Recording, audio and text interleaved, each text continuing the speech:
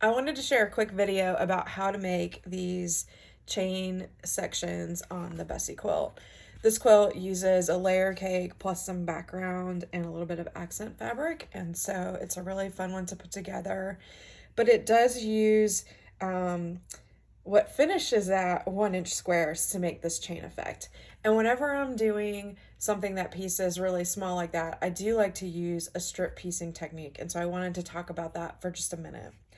In order to do that, I would start by sewing the longer strips together. So these are each 1.5 inch wide, and so then that way they're going to finish at 1 inch wide. And so now that I have these two strips sewn together, you can see that this is 2.5 inches tall.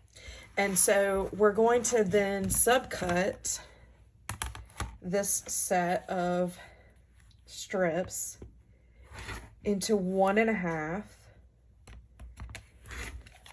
by 2.5 inch rectangles. So we're going to cut every 1.5 inches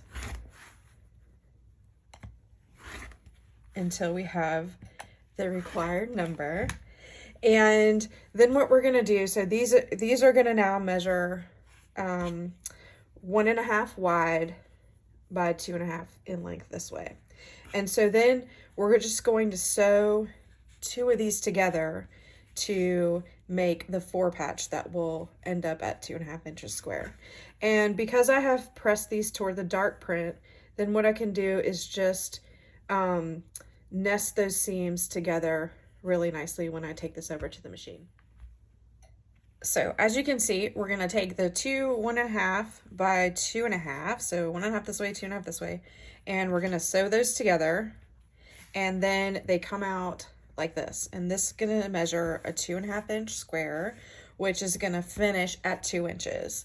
For the Bessie quilt, for each quadrant of the star, you'll need 2 of these, and then you're going to be organizing them with some plain background squares to make this chain effect that shows up in the quilt when you get all the blocks put together. Hope this was helpful in showing you how to strip piece.